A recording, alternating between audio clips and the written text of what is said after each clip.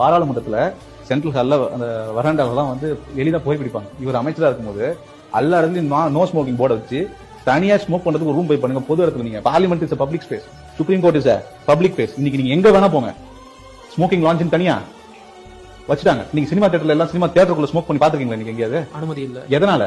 இவராலதான் வந்துச்சு. இன்னைக்கு பள்ளிக்கு பக்கத்துல, கல்லூரிகளுக்கு பக்கத்துல 100 மீட்டருக்கு 200 மீட்டருக்கு புகையிலை விற்கவும் கூடாது, புகையிலை குடிக்கவும் கூடாது, புகை பிடிக்கவும் கூடாது, குழந்தைகளுக்கு புகையிலை விற்க கூடாதுன்ற சட்டம்லாம் கோட்பாட்டுலாம் யார் கொண்டு வந்தது?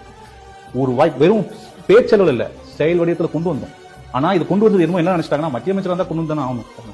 எவ்வளவு எதிர்ப்பு இருக்கும்.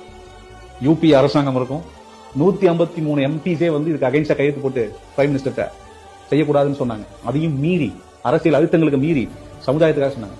அன்னைக்கு ஷாருக் கான், அமிதாப் பச்சன் அப்படின்ற பெரிய பெரிய ஜாம்பவான்களை எதிர்த்து இந்த கருத்தை சொல்லுச்சு. ரஜினிகாந்த் அவர்களுக்கும் அது ஒரு பெரிய பிரச்சனையாச்சு.